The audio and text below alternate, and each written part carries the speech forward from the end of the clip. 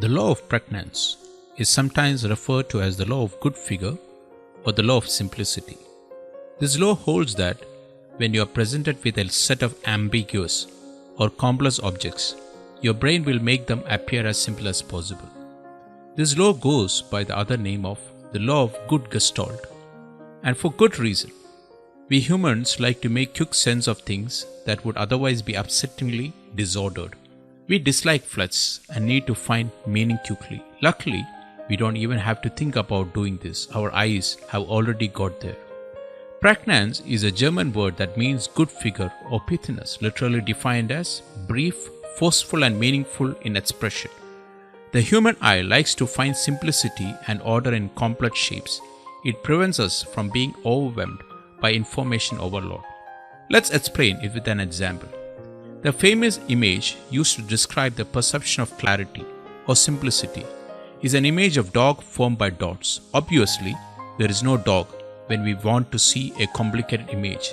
It's like arbitrary dots are everywhere and they isn't seem to have any meaning. When our brain eventually ends up finding the simpler image, which is a dog with his nose on the ground, it is impossible not to see dog again. Human mind grasps the simplistic form of an idea from the chaotic, complex sum of things. Didn't see the dog? Let us provide another example. Below, image has some lines in it. Lines and spaces, however, what you see is different. You can easily see a cube that isn't there. Like the first image, our perceptual system connects the dots, close the gaps and perceive a cube. The gestalt is formed out easily. Dog can also be seen from the complex dotted weird things. If we didn't have this ability, we would not be able to understand the wholeness of any object partially blocked by another object. This gives us the ability to understand and recognize the objects like looking through a bush or a window behind a thick curtain. Mind connects the unseen parts with the idea of wholeness. This creates a closure and humans complete the sections in order to create a simple and complete object. Now look at this picture. What do you see?